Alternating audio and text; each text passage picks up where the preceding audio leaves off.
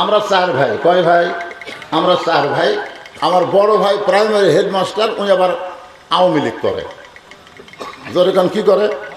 আওয়ামী লীগ করে। আর আমার ছোট দুই ভাই, দুই কলেজের প্রফেসর, এরা আবার বিএনপি করে। আর আমি হুজুর মানুষ, আমি কি দল করি সেটা তো বুঝবারই পারতেছেন।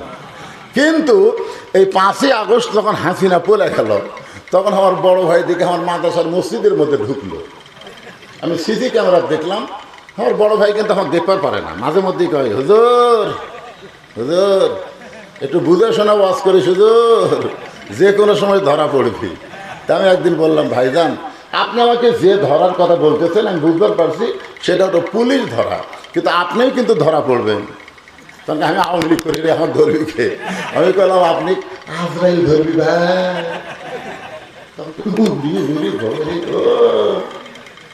আজরাইল ধরার কথা মনে নাই। তো দেখলাম 5ই আগস্টে আমার ভাই মসজিদের মধ্যে ঢুকলো। তা আমি দোতলা থেকে নেমে এসে মসজিদের দরজা খাড়া হলাম। ভাইজান কি খবর, হঠাৎ হুজুরের মসজিদে আইছেন? তখন ভাই আমাকে বলতেছে, তওবা করা।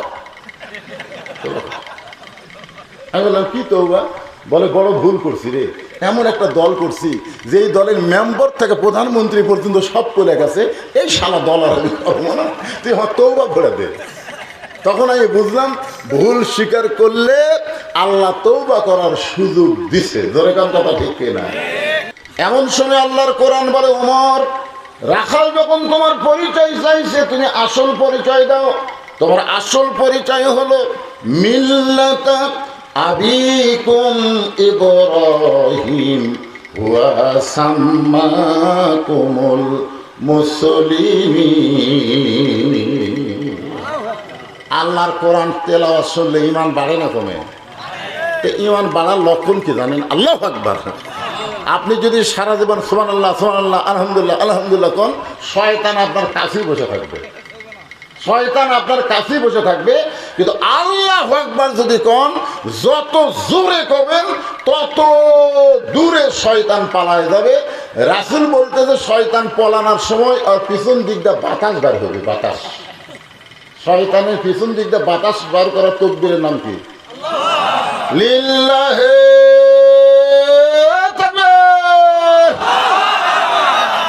জনগণ যান বুঝবার পারে যে ছেলেরা মাহফিল করছে, বক্তা খালি একলা একলা ওয়াজ করতেছে না, বক্তার সামনে অনেক আল্লাহর বান্দা আছে। এটা বুঝান লাগবে না? কি তাকবীর দিলে এই সাউন্ড খালি এখানে থাকে না, মাইকের মাধ্যমে অনেক দূর চলে যায়, অনেক দূর। তাকবীরের এমনি পাওয়ার আছে, তাকবীরের পাওয়ার কিন্তু এমনি আছে। এই জন্য কোরআনে আয়াত শুনলে জোরে না পারলেও আস্তে হলে আল্লাহু আকবার বলবে, তাহলে হক আদায় হবে। আমার কথা কি বুঝতে পারলেন? ওমর ফারুক, আল্লাহর কোরআন বলতেছে, ওমর রাখাল যখন তোমার পরিচয় চাইছে, আসল পরিচয় দাও। তোমার আসল পরিচয় হলো মিল্লাত আবিকুম ইব্রাহিম ওয়া সাম্মাকুমুল মুসলিমিন। তোমার জাতির পিতা ইব্রাহিম তোমার নাম রেখেছে মুসলমান। আমরা যারা এখানে বসে আছি, আমি যদি বলি আমাদের পরিচয় কি, আপনারা কি বলবেন? তালুকদার, জমিদার, মণ্ডল, কি বলবেন? এরা কোরআনের মিল করে বলেন। আমি যেই বলবো আমাদের পরিচয় কি, সকলেই বলবেন মুসলমান। আমাদের পরিচয় কি? আমাদের জাতির পিতার নাম কি? যাই বলবি না, যাই বলবি না, ওই যা বিপদত পড়ি ভাই, অক বাঁচান খুবই কঠিন রে। একটা জবান খুলে বলবেন, আমাদের জাতির পিতার নাম কি? আমাদের পরিচয় কি? মিল্লাতা আবিকুম। মিল্লাত মানে জাতি, আবিকুম মানে তোমাদের বাপ ইব্রাহিম। এটা কি আমার কথা? এর কোরআনে ডাইরেক্ট আল্লাহ বলে দিচ্ছেন। ওমর ফারুক বললেন, রাখাল আমার পরিচয় যখন জানতে চাও, আমার পরিচয় হলো আমি একজন মুসলমান। রাখাল মুসকে মুসকে হাসি আর বলে, আসল না নকল? এখনই তো বিপদ। আমরা যে মুসলমান মুসলমান বললাম, এখন যদি বলি আমরা আসল মুসলমান না নকল? আসল মুসলমান তারা যারা এশার নামাজ পড়ে এই মাহফিলে বসে ওয়াজ শুনতেছে। আর ভেজাল মুসলমান হলো তারা যারা এখনো মাগরিব এশা পড়েনি। বিশেষ করে যেই ছেলেরা আজকের এই মাহফিল করতেছে, মাহফিল করতেছি, তাদের মধ্যেও হয়তো দুই একজন মাগরিব এসা পড়েনি। আগামীকাল কবে বলবি কেন আমরা ওয়াজ করছি রে, চিনিস আল্লাহকে বলবি কেন সাইডি কেন ওয়াজ করিস, নামাজ যদি না পড়িস এক পয়সা ওয়াজের দাম নাই। ধরে কোন কথা ঠিক কি না?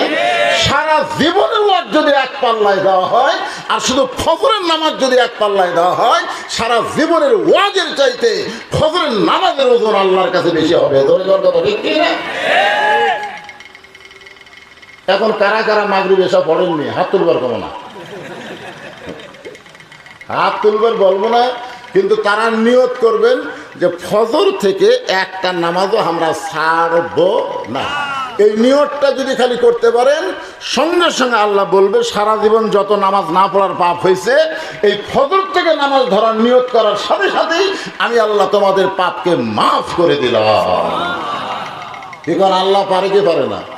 আল্লাহ বলেছে লা তাকনাতু মির রাহমাতিল্লাহ ইন্নাল্লাহা ইয়াগফিরুয যুনুবা জামিয়া ইন্নাহু হুয়াল গাফুরুর রহিম। তোমরা যত বড়ই পাপী হও না কেন, যত বেশি পাপ করো না কেন, আমার দয়ার চাইতে, আমার রহমতের চাইতে তোমাদের পাপ কোনোদিন বেশি হওয়ার পারে না। ধরে কথা ঠিক কি না? এজন্য একটা গজল আছে, রহমান রহিম নামে যত গুনাহ ঝরে, বান্দার কি সাধ্য আছে তত গুনাহ করে। রাখাল বলতে যে প্রতীক, তুমি যে মুসলমান বললে, তুমি কি আসল না নকল? উমর ফারুক বলে রাখাল মুসলমান তো মুসলমানই, এর মধ্যে আসল নকল কি? রাখাল বলতেছে আসল মুসলমান যারা হবে, খুব খেয়াল করে শুনবেন, আসল মুসলমান যারা হবে তারা চাওয়ার ব্যাপারে, কিসের ব্যাপারে? চাওয়ার ব্যাপারে তারা সতর্ক থাকবে। আসল মুসলমান কোনোদিন আল্লাহ ছাড়া অন্য কারো কাছে চাবে।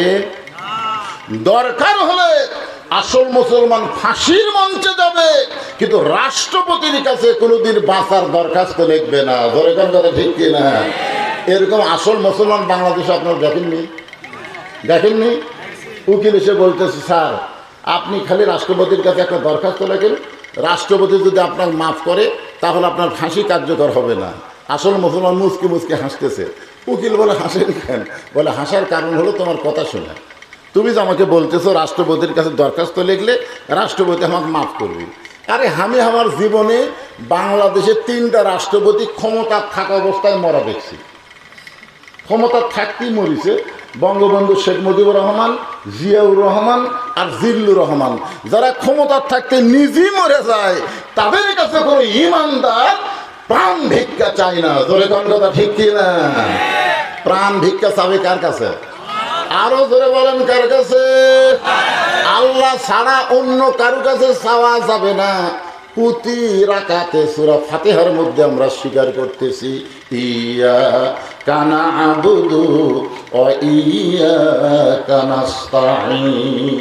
আমরা ইবাদত করি কার? তাহলে সাহায্য চাবো কার কাছে? রাখাল বলে পথিক তুমি যদি আসল মুসলমান হও তাহলে তুমি দুধ চাইছো কার কাছে?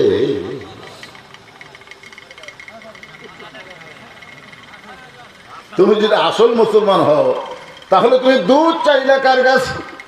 সঙ্গে সঙ্গে উমর ফারুকের চোখ দিয়ে দর দর করে পানি পড়তেছে। আল্লাহ তোমার কোরআন যখন দুনিয়াতে চালু থাকবে, উমর যদি একটা ভুল করে একটা রাখাল পর্যন্ত সেই ভুলটা বুঝতে পারবে। আজকে বাংলাদেশে আল্লাহর কোরআনের ওয়াজ আছে, কিন্তু কোরআনের সমাজ না থাকার কারণে অনেক মানুষ ভুল করতেছে, আমরা ভুল ধরবার পারতেছি না। জোরে কোন কথা ঠিক কিনা? ওমর ফারুক বললেন রাখাল আসলে চাওয়ার ব্যাপার আমার ভুল হয়ে গেছে। রাখাল বলতে যে ভুলটা যখন স্বীকার করছো তাহলে আল্লাহ তোমাকে তওবা করার সুযোগ দিছে। আপনারা বলেন তো ভুল স্বীকার করলে তওবা করার সুযোগ আছে না নাই? আদম আলাইহিস সালাম ভুল স্বীকার করছে, আল্লাহ তাকে তওবা করার সুযোগ দিছে। শয়তান ভুল স্বীকার করেনি, এজন্য আর তওবা করার সুযোগও নাই। জোরে কোন কথা ঠিক কিনা?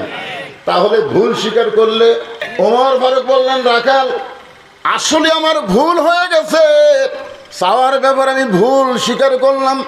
রাখাল বলতেছে ভুলটা যখন স্বীকার করছো তাহলে আল্লাহ তওবা করার সুযোগ দিয়েছে, ওমর ফারুক বলে ঠিক আছে আমি তওবা করি। রাখাল বলে তুমি মূর্খ মানুষ, তুমি তওবা কেমনি করবা?